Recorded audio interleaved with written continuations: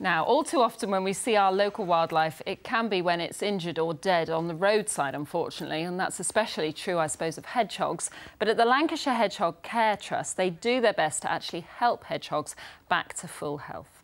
They do indeed. However, once the patients are then released back into the wild, man can once again become their greatest foe. Diane Oxberry has this story, and I have to say, no happy ending.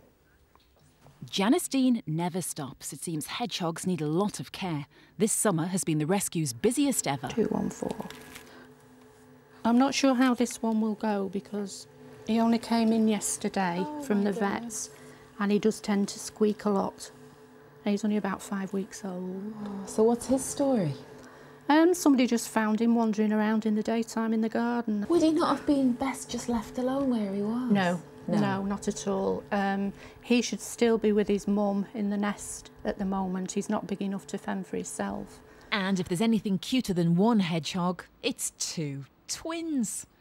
As prickly as they are, they're incredibly vulnerable.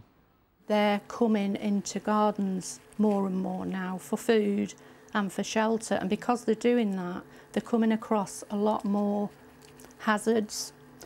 You've got garden strimmers, you've got... that makes me cringe when you say that. I know, we get some terrible injuries. This poor fella's had the works.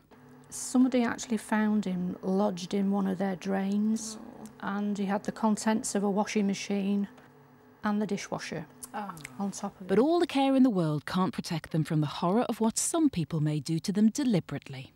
Stanley, an orphan, was found back in June, 1 day old, weighing 16 grams. He was hand-reared, which meant feeds every 2 hours for a while.